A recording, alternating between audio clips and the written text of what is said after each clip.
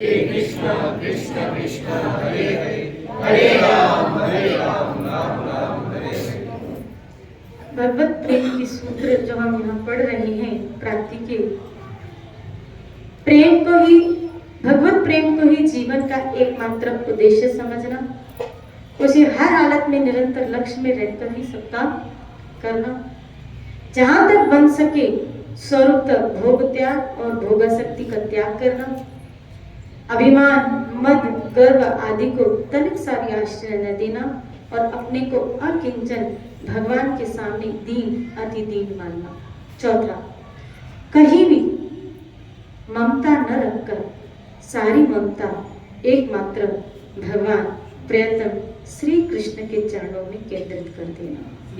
श्री रामायण की भी एक चौपाई है जो मेरी स्मृति में ऐसे इसका अर्थ सब जग ममता ताप बटोरी, ये है ना श्री राधे बोल कि सबसे में मैंने ममता हटा दी, सब जग ममता ताप बटोरी।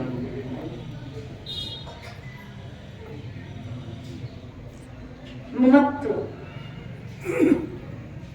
यहाँ बताया भगवान के चरणों में अपनी सारी ममता को, ममता मतलब एक स्नेह, एक अपनापन।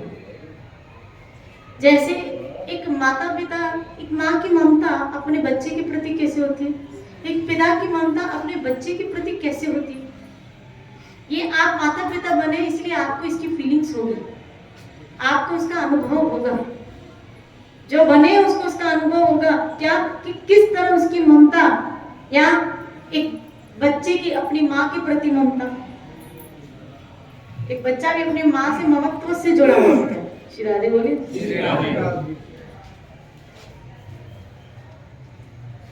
और यहाँ बताया गया वो सब जगह से हटाकर भगवान के चरण कमलों में अपनी ममता को केंद्रित कर देना। श्री राधे। अब ये कहने को तो सूत्र बोल दिया मैंने, लेकिन हो कैसे, हटे कैसे, आए कैसे? कहने को तो बोल दिया क्या हटा दो, हटाने से हट जाता तो झाड़ फूक करके हटो। श्री राधे बोली कैसे हटे, कैसे हटे वहां से? ये मन वहां से खींचे तो खींचे कैसे, ये मन वहां से निकले तो निकले कैसे, ये हमारी ममता वहां से निकले तो निकले कैसे? और सच बताऊं ये जो प्रोसीजर है ईश्वर प्रेम का जो सूत्र, ये कभी भी किसी एक जन्म की बात तो है ही नहीं। क्या किसी एक जन्म में सारी ममता ईश्वर में चली जाए, प्रभु में चली जाए, गुरु में चली जाए? श्री राधे बोली ये एक जन्म का भी खेल नहीं है, एक जन्म का भी खेल नहीं है। श्री राधे बोली हम कल उसका चरित्र सुन रहे थे प्रयाग दत्त का, आप देखो संतों के प्रसाद से वो जब मिला, अब उसकी सारी ममता कहाँ चली थी, कहाँ थी? जानकी जी में। सारा वो अटैचमेंट कहाँ था? जानकी जी में। अपनापन, ममता जैसे कहेंगे अपनापन, ये बहुत अपना लगेगा।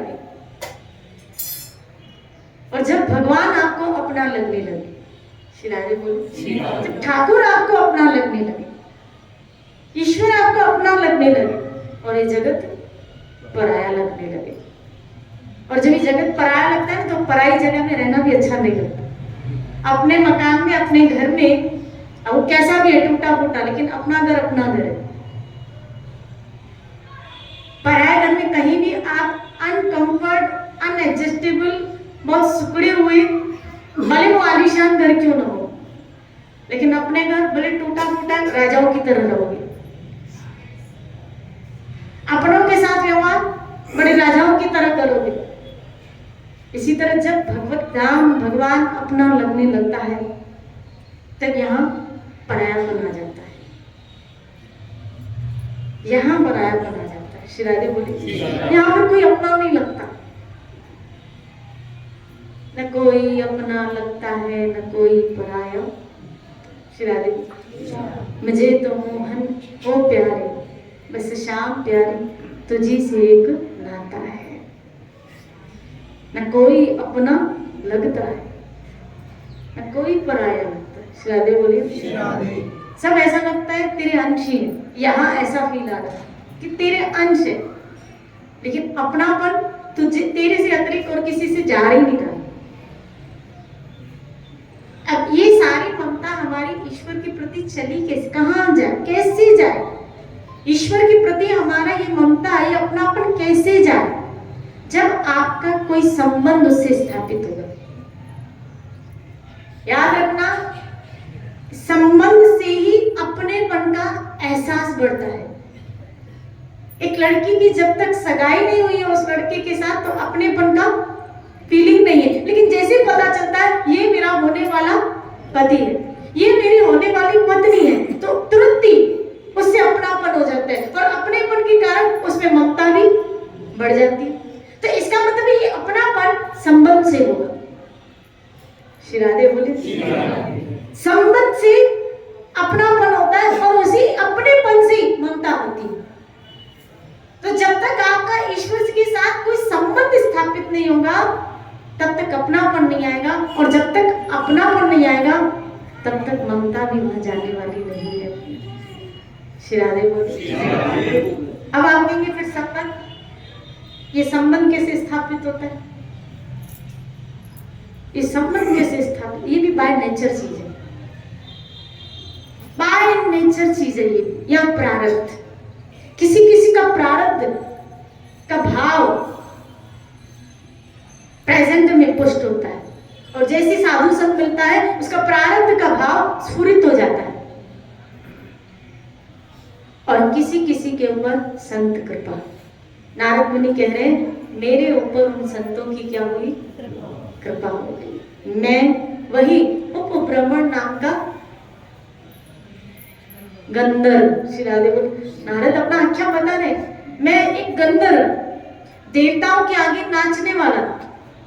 देवताओं की सभा में मैं क्या करता था? गान करता था, मैं नाचता था। कभी कभी आप देखो बहुत सुंदर आया कि जब उसने गान किया तो देवताओं की सभा में, संतों की सभा में क्या गान गाना चाहिए? नारद जी कह रहे हैं मुझे ज्ञान नहीं रहा और मैंने कुछ ऐसा गा लिया कि मुझे श्राप मिला, दासी पुत्र होने का, शूद्र होने का श्राप मिला। मैं उन देवताओं के आगे क्या करता था? नाचता था। कहा मैं देवताओं के अंडर में था और आज कहां देवता मेरे। श्री राधे बोले। यह है संत कृपा।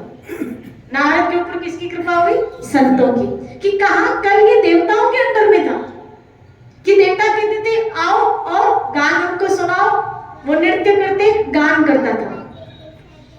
और संतों की जब कृपा हो गई, आप देखो यही उपब्रह्मण नाम का गंधर्व आगे चल के दासी पुत्र, और उसके बाद ब्रह्मा जी का मानस पुत्र होता है और नारद कहलाया।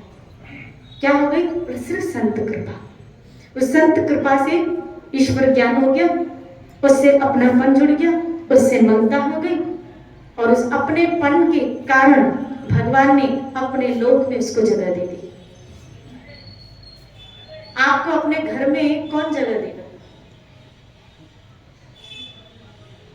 अच्छा, ये बात नहीं समझोगे।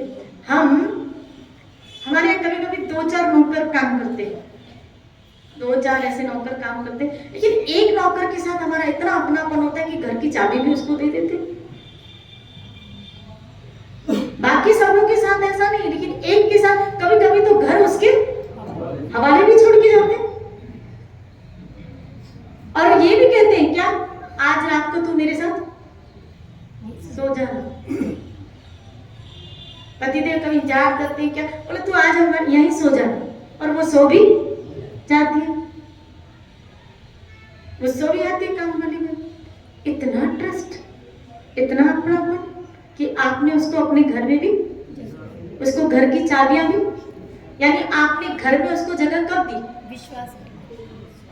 जब उसके साथ इतना अपनापन हो गया, जब उसके साथ इतना विश्वास भी, तो बाद में खरा उतर रहा है अपने आचरण के द्वारा, लेकिन आपका अपनापन उसके साथ इतना गाढ़ होता गया।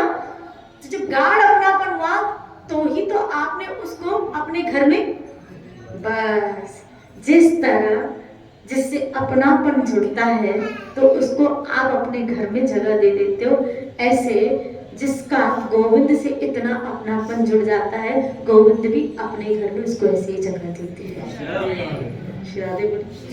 और भी उसको अपने घर में ऐसी जगह देते कि अब ये मेरा अपना हो गया। तभी तो उसको नाम दिया पार्षद। अब उसका नाम क्या है? बोला आप मेरा पार्षद है। बोला तब तक क्या था? जीव। क्या बोला? जीवात्मा। भेद है इसमें भी, जीवात्मा। तो जीवात्मा बोला भ्रमण करती रहे, योनियों में जाती रहे, लेकिन अब क्या हो गया? पार्षद। वो किसके साथ रहेगा? मेरे साथ रहेगा। मेरा पार्षद मेरे साथ रहेगा, मेरा भक्त मेरे साथ निवास करता है। गीता में कह दिया उन्होंने, मेरे भक्त मेरे साथ निवास करते हैं, मेरे भक्त मेरे हृदय में रहते हैं, मैं भक्तों के हृदय में रहता हूँ। जिससे अपनापन होता है ना, उसी को घर में जगह देते हैं। जब तक ठाकुर जी भी आपको अपना न माने। शिरारे बोले, अपने घर रोज बुलाते, मेरे घर आना जरूर होगा। शिरारे बोले,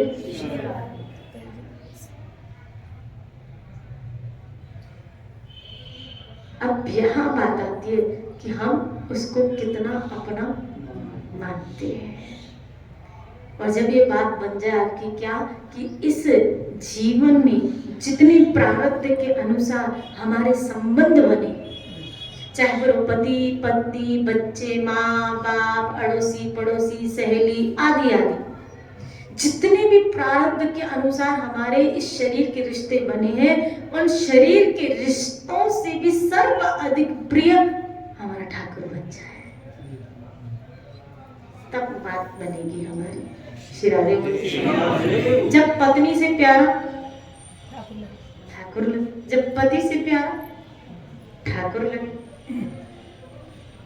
शिरारे बोले, जब बच्चों से प्यारा ठाकुर लगे।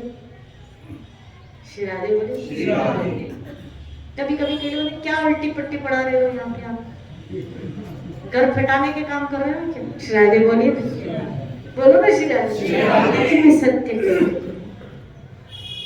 ये आपको भले गले से नीचे न उतरती हो बात, लेकिन सर्व अधिक प्रिय, यहाँ यही तो आया, सर्व अधिक प्रिय। सर्व अधिक प्रिय मतलब अब इससे अधिक कोई प्यार है ही नहीं। तो अपने जीवन में देखो, क्या श्री कृष्ण से अधिक प्यारा हम इसके लिए कर रहे हैं? सोचो, कृष्ण के लिए सोच आ रही है? उसके लिए सोच रहे हो, फिर सोचो अपने आप को, कृष्ण के लिए सोच आ रही है तुझे? क्या तुझे गोविंद के लिए सोच आती है? अपने आप से पूछा करो। बेटी के लिए सोचा, बेटे के लिए सोचा, उसके लिए सोचा, उसके लिए सोचा, उसके लिए सोचा। क्या धन्य है कौन? मुझे पुरी के राजा प्रताप इंद्रद्युम्न थे, उनकी याद आ रहा है, चरित्र इंद्रद्युम्न जी का चरित्र याद आ रहा है, और उनकी पत्नी गुंडीचा। आप देखो, दोनों पति पत्नी, हमने पढ़ा था यही चरित्र उनका, गुंडीचा का, इंद्रद्युम्न का, याद हो आपको तो, कि इन दोनों पति पत्नी का भाव जो भगवान के प्रति, जगन्नाथ के प्रति था, ठाकुर जी के प्रति था, क्या बोला? संतान नहीं चाहिए। इतने यज्ञ उन्होंने किए थे, लेकिन संतान प्राप्ति के लिए नहीं। बोला संतान नहीं चाहिए। बोला क्यों? राजा इंद्रद्युम्न कह रहे मुझे संतान नहीं चाहिए। बोला क्यों नहीं चाहिए? इतना बड़ा राज्य है, संतान नहीं चाहिए, क्यों नहीं चाहिए? बोला होगा तो फिर वो संपत्ति में हिस्सा मांगेगा, मेरे ठाकुर का हिस्सा कम हो जाएगा, मैं अपनी सारी संपत्ति ठाकुर जी को, जगन्नाथ को देना चाहता हूं। ये राजा का भाव। और कोई संतान नहीं की, नहीं गुंडीचा नहीं की, उसकी भी नहीं मांग थी, ना उसने जिद की मुझे नहीं चाहिए, हम जगन्नाथ को देना चाहते हैं। सर्व अधिक प्रिय, बात यहाँ पे सर्व अधिक प्रिय, सर्व अधिक प्रिय। हमारे जीवन में सर्व अधिक प्रिय कौन है? मापदंड वो आपके पास है, क्योंकि सब रिश्ते भी इर्द गिर्द हैं, समक्ष है, तो इनमें से सर्व अधिक प्रिय कौन है? मैंने इसके लिए इतना किया, इसके लिए इतना किया, विचार आया मैंने ठाकुर के लिए किया, मेरे मन में ठाकुर जी के लिए आया, और जब पहला विचार, आप देखिए ना, गोपी भोग भी बना रही है, प्रसाद बना रही है, लेकिन अपने बच्चे को कह रही है ठाकुर जी को खिलाना। बनाया उसने, हाथ में दिया बच्चे को है, लेकिन बनाया ठाकुर जी के लिए। हाथ में दिया बच्चे को है, लेकिन बनाया ठाकुर जी के लिए। इसीलिए बच्चों को आदत हो गई क्या, ठाकुर जी को खिलाने की, क्योंकि उसको पता था क्या ये किसके लिए बना है, ठाकुर जी के लिए बना है। श्री राधे बोली। सर्व अधिक प्रिय हमारे जीवन में श्री कृष्ण के अतिरिक्त और नहीं। और किसी के लिए विचार आए भी, लेकिन वो सेकंड कैटेगरी का, मैं ये नहीं कह रही नहीं आएगा, लेकिन सेकंड कैटेगरी का होगा। फर्स्ट कैटेगरी, फर्स्ट प्रायोरिटी हमारे जीवन में कौन होगी, कृष्ण, ठाकुर ही होगा। और जब ऐसा संबंध किसी जीव का ईश्वर के साथ जुड़ जाता है, एक बार मीरा को उसका भाई जयमल और इसकी एक कजिन बहन थी मीरा की, जो मायके में है, और आपको पता है उस बचपन में उसके माता पिता और उसको चाचा चाची नहीं पाला पोसा है मीरा को। तो एक दिन जयमल बड़ा हुआ है, तो जयमल कहीं जा रहा था, तो उसकी बहन ने बहुत कीमती बहुमूल्य हार की मांग रखी थी कि भाई मुझे वो ला के दो। और जयमल उसके लिए लेके आया, लेकिन सोचा मीरा के लिए भी कुछ लेके जाऊं। तो मीरा के लिए बहुत कीमती हीरे की अंगूठी लेके आए, बहुत कीमती। और जब वो हार अपनी बहन को देता है, तो उसकी बहन कहती है मीरा के लिए भी कुछ लेके आए। बोला हाँ, ये अंगूठी उसके लिए लेके आओ। तो जैसे ही वो उसकी कजिन बहन जाती है और मीरा को वो जब अंगूठी देती है, ये लो भैया तुम्हारे लिए लाए, और मीरा उससे लेती है और सीधा ठाकुर जी को पहना देती है। श्री राधे बोले, सीधा ठाकुर जी को पहना देती है। क्यों पहना देती है, बोला ये चीजें तो बनी इसके लिए। और फिर वो उसका प्रसाद पहनती थी। मीरा जो भी धारण करती थी, ठाकुर जी को उड़ा के, ठाकुर जी को पहना के, फिर वो प्रसाद के रूप में धारण करती थी। श्री राधे बोले, इसलिए उसके अंग में जो भी था वो प्रसाद था, जो भी पहना था वो प्रसाद था। सर्व अधिक प्रिय, चीजें मिले तो भी मन नहीं चाहे कि सब कृष्ण के लिए हो, व्यक्ति मिले तो भी मन चाहे ये सब कृष्ण को अर्पण हो। यानी कृष्ण इतना प्रिय हमारा बन जाए, इतना प्रिय हमारा बन जाए कि यहाँ कोई प्रिय वस्तु भी मिले ना, प्रिय व्यक्ति भी मिले ना, उस परम प्रिय प्रभु को ये प्रिय वस्तु हम अर्पण कर दें, अर्पण कर दें कि प्रभु परम प्रिय को ये प्रिय चीजें अर्पण। श्री राधे, आपके पास जो भी आप प्रिय है ना, वो परम प्रिय प्रभु को अर्पण करते हो। उससे अधिक हमारे जीवन में और कोई प्रिय नहीं होना चाहिए। श्री राधे बोलिए। इसीलिए यहाँ पे क्या कहा कि अपनी ममता सब जगह से हटाकर कहीं और न रखकर मात्र श्री कृष्ण के चरणों में रखना, उनको ही समर्पित करना, वही आपका सर्वाधिक प्रिय बन जाए। इसीलिए बार बार सोचा करो, जब किसी के लिए सोचा ना तब अपने आप को टोका करो, कृष्ण के लिए आई तुझे सोच, खींचो अपने आप को।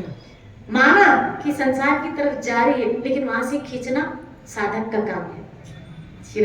माना अगर जाए वहां, लेकिन वहां से खींचना साधक का, जा रही है वहां से खींचो, कृष्ण के लिए आई तुझे सोच, तुझके लिए सोच, तुझे कृष्ण के लिए सोचा है, तू वहां कर भले, लेकिन पहले तू कृष्ण के लिए करेगी।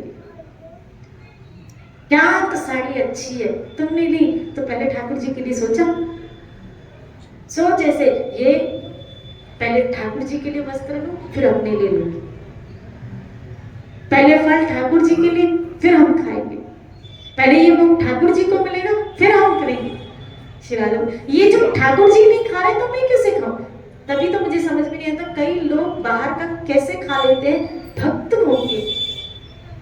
जो अर्पण मेरे ठाकुर को न हो, वो हमारे उधर में जाए तो जाए कैसे? कि मेरे, इसका मतलब है सर्वाधिक वो प्रिय नहीं है।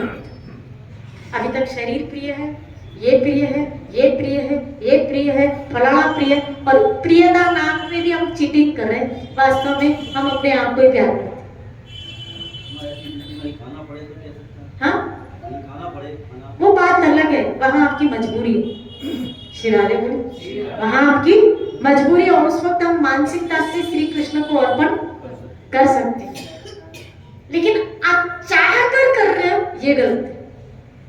चाह कर करना मतलब अभी तक वो प्रियता आई होना तो ये चाहिए, कोई चीज आपको अच्छी लग रही है, मैं मना नहीं कर रही हूँ, खाओ करो, लेकिन मैं समझाना चाहती हूँ सर्वाधिक प्रिय अभी तक नहीं हुए, अर्थात श्री कृष्ण अभी तक हमारे सर्वप्रिय नहीं बने। अगर बने होते तो हमें हमारे गले से नीचे ना उतरता।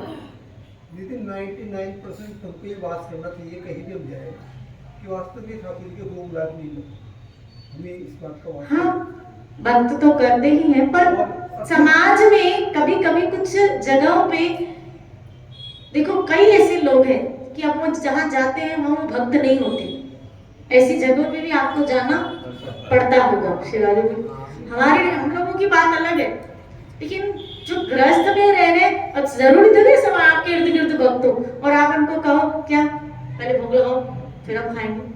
शिराजे बोले मानसिक रूप से अपन तो मानसिक रूप, वही तो बोले वो हम कर सकते हैं, लेकिन किसी के ऊपर बाउंड्री अपनी नहीं है। शिराजे बोले हाँ आप ऐसा कर सकते हो कि उन्होंने दिया, प्यार से आप बोलो क्या आपके घर में ठाकुर जी उनको भोग लगा, और वो कहे ना कि नहीं हमारे यहाँ तो ऐसा नहीं विधान है, हम तो ऐसा नहीं करते हैं, और कुछ ऐसा, तो तुरंत लगेज आप अपनी मानसिकता से ठाकुर जी की आराधना शुरू करो कि प्रभु आइए इसको स्वीकार कीजिए, क्योंकि आपको लगाए बगैर तो हम तो जल नहीं पीना पसंद करते, प्रभु के गले के नीचे जल भी आपका नाम के बगैर जाए, आपके नाम से टच होके इस गले से नीचे जल भी उतरे।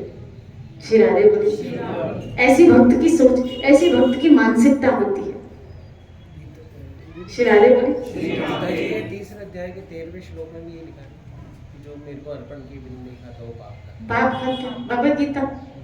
भगवत गीता में ये बात एक जगह भागवत में भी आई, पता है, मैंने एक जगह भागवत में भी पढ़ी। भगवत गीता में भी आया है कि जो ठाकुर जी को भोग लगाए बिना अर्पण किए बिना भोजन करता है वो पाप खाता है। शिरारे बोले वो क्या खाता है? पाप खाता है। इसीलिए हमें यही प्रयास करना चाहिए क्या कि हम जो कुछ भी खाएं वो श्री कृष्ण अर्पण करना चाहिए, श्री कृष्ण को अर्पण करना चाहिए, श्री कृष्ण को ही प्रदान करके फिर ग्रहण करना चाहिए। बात आ रही है क्या? सर्व अधिक प्रिय, सर्व अधिक प्रिय। ये आप अपना अपना विश्लेषण करें अपने जीवन में क्या कि श्री कृष्ण के अतिरिक्त मुझे और कोई प्रिय। कहीं हम अगर बाहर खा रहे हैं, हमें पता है कि ये गलत तरीके से पैसा कमाता है, वहाँ खाना चाहिए। अगर पता चल रहा है गलत तरीके से फिर कैसे खा रहे हैं? खिलाने वाले पता ना हो तो बात अलग है, लेकिन पता चल रहा है कि गलत, क्योंकि आप देखो गलत तरीके से का किया हुआ आया हुआ धन, गलत तरीके का उस जगह से खाया हुआ अन्न वो आपकी मन स्थिति का बिगाड़ करेगा। जो साधक है ना वो इस चीज की हमेशा सावधानी रखता है, क्योंकि देखो मन को भजन में स्टेबल करने के लिए उसको बहुत मेहनत करनी पड़ती है, बहुत मेहनत करनी पड़ती है कि मन हमारा भजन में लीला में स्टेबल हो।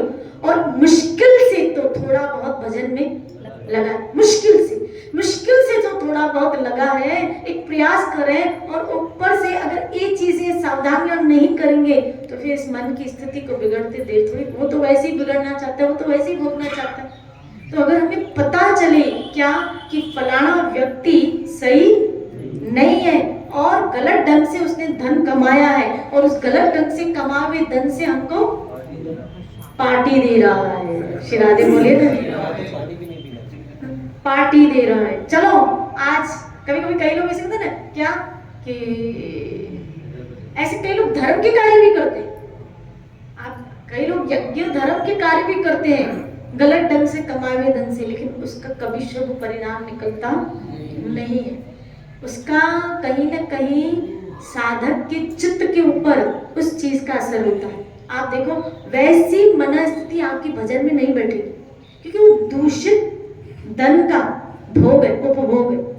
तो दूषित धन का उपभोग है तो अंदर क्या पैदा करेगा? प्रसाद। अच्छा बताओ, प्रसाद क्यों खाते हो? प्रसाद का क्या रीजन, मोटो है? उसके पीछे क्या मोटो है? मन में विचार अच्छा है, शुद्धि के लिए। उसका चित्त शुद्धिकरण के लिए ही तो प्रसाद का प्रोसीजर है कि भाई जो भगवान को भोग लगा हुआ प्रसाद पाते हैं, इससे चित्त शुद्ध होगा। इससे कोई पाप यानी निष्पाप आप अन्न का सेवन कर रहे हैं, ठीक है ना? अब अगर शुद्ध तरीके से लिया हुआ प्रसाद भोजन का चित्त के ऊपर इतना असर है, शुद्ध असर है, तो गलत ढंग से दिए हुए अन्न का उसका भी तो फिर चित्त के ऊपर असर होगा। जब उसका चित्त के ऊपर असर है तो इसका भी तो फिर चित्त के ऊपर असर जाएगा, कैसे नहीं जाएगा? श्री राधे बोलिए, उसका भी चित्त के ऊपर असर जाएगा। और ये हम अपने पाँव के ऊपर खुद कुल्हाड़ियां मारेंगे कि एक तरफ से मन लगाने के लिए इतनी मेहनत करते हो, रोज सत्संग में आते हो, भजन करते हो, सेवा पूजा करते हो, मंदिर में आते हो, ये सब क्यों करते हैं? ताकि हम अंदर से शुद्ध होके हमारा चित्त भगवान में लग जाए, हमारा मन भगवान में लग जाए। हम जो इतने संतों की सुनते रहते हैं, क्या ये लीला में प्रवेश किया, ये इतना भजन कर रहा है, ये ऐसे, अब इतना सुनते हैं तो इच्छा होती है कि हमारा भी, हम भी ऐसा, हमारे साथ भी ऐसा हो, पर नहीं हो रहा है। क्यों नहीं हो रहा है? इसलिए नहीं हो रहा है क्योंकि हम ये गलतियां करते हैं। ये ऐसे ही है, एक सीढ़ी चढ़ते हो और 2 सीढ़ियां उतर जाते हो, एक सीढ़ी चढ़ते हो और 2 सीढ़ियां उतर जाते हो। श्री राधे बोलिए। इसीलिए अन्न के ऊपर साधक, जो भक्त, जो साधक है ना, विशेषकर याद रखना, विशेषकर मैंने ये संतों की वाणियां आपको सुना रही हूँ, विशेषकर वो अपने जीवा के स्वाद के ऊपर कंट्रोल करें। अगर आप भक्ति में बढ़ना चाहते हो, अगर आप आध्यात्मिकता में बढ़ना चाहते हो, तो पहला शुद्धिकरण आपका अन्न होना चाहिए।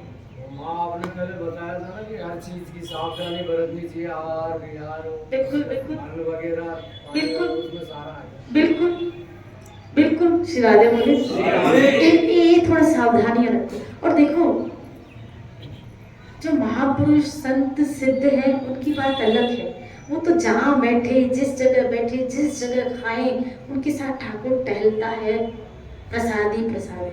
हम और आप जिस मार्ग पे चल पड़े हैं ना, हमें प्राप्ति करनी है, हम लगे हुए लोग हैं, हमें प्राप्ति करनी है, हमें उस भगवत प्रेम के लक्ष्य को पाना है। और जो प्राप्ति के मार्ग में चल रहा हो ना, वो तो सावधानियां बरतते चलेगा ना, कि कहीं ऐसा कोई त्रुटि, कहीं ऐसी कोई गलती, फिर मुझे बैक न ले। और अब हमें बैक नहीं जाना है, अब हमें आगे ही जाना है। और अगर बैक नहीं जाना है, आगे जाना है, तो थोड़ा सावधान, फिर थोड़ा जीवा के स्वाद को कंट्रोल करो। इसीलिए उस जगह कृपया जब आपको पता चले अनीति का है तो न खाएं।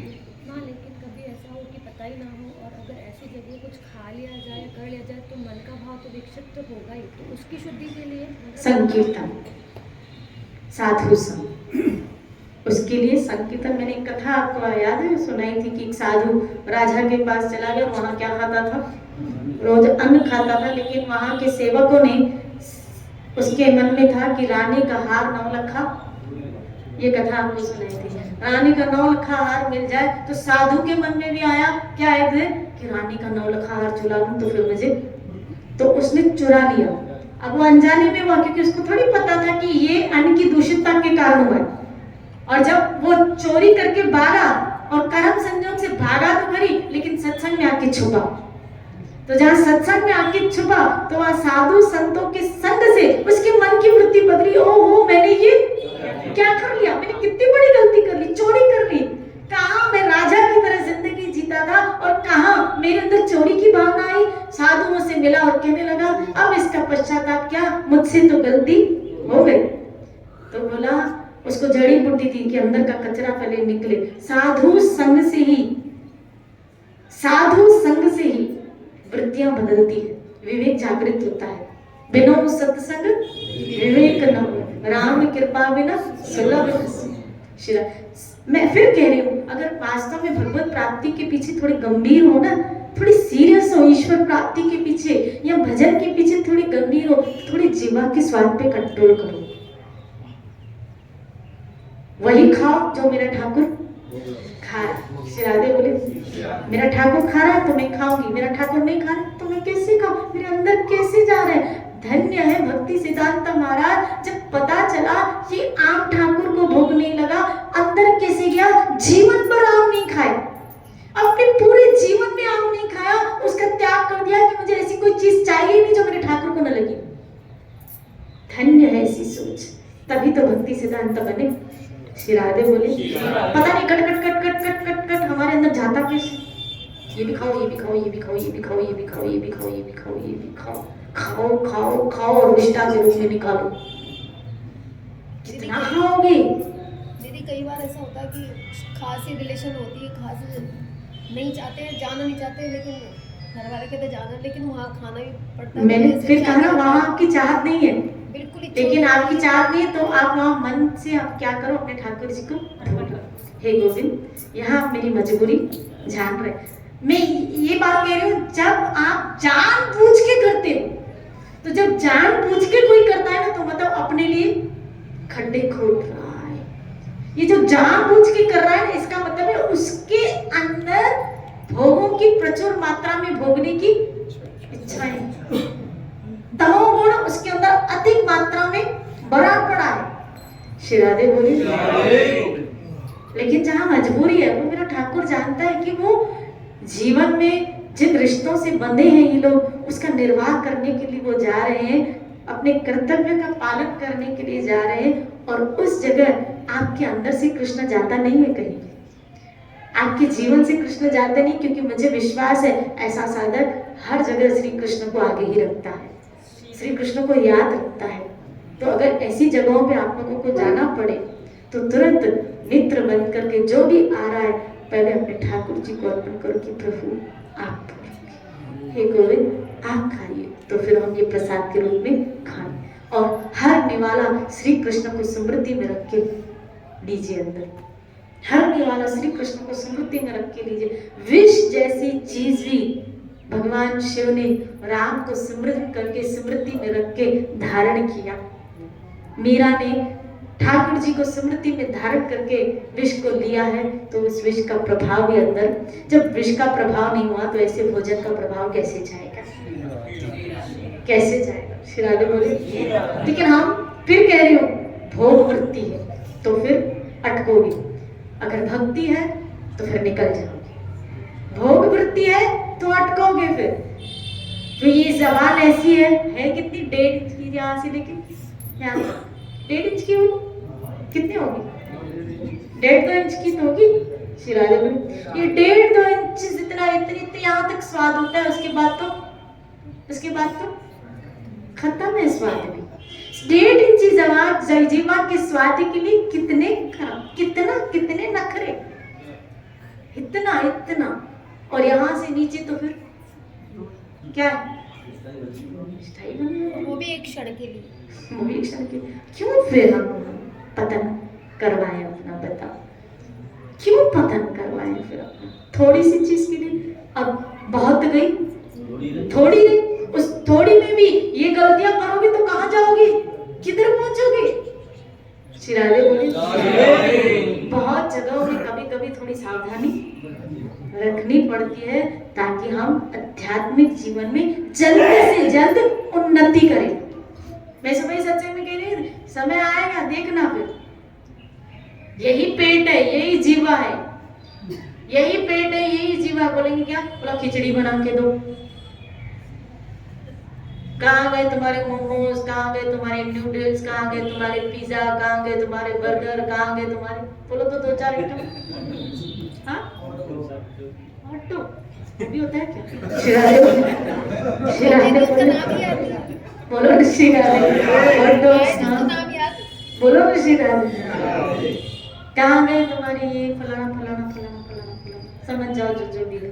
श्री राधे बोले कहाँ गया, अब बोलो दलिया दो, खिचड़ी दो और कट हो जाती है तो दाल का पानी मिलता। ओह दाल का पानी पियो भी। श्री राधे बोले अब क्या पियो? दाल का पानी, चावल का पानी, मूंग का पानी, सूप पियो। और कभी कभी तो जबान बंद हो जाती है, फिर ऐसे नली लगती है, उस नली के द्वारा पाइप में डाला जाता है। लो कर लो बात। कहाँ गया? जीव का स्वाद का कहाँ गया? श्री राधे बोले इसीलिए भाई भजन कर, बढ़ना है भजन में, भक्ति में बढ़ना है तो थोड़ा इन चीजों से अपने आप को बचाते हुए चलो। श्री राधा गोविंद भगवान।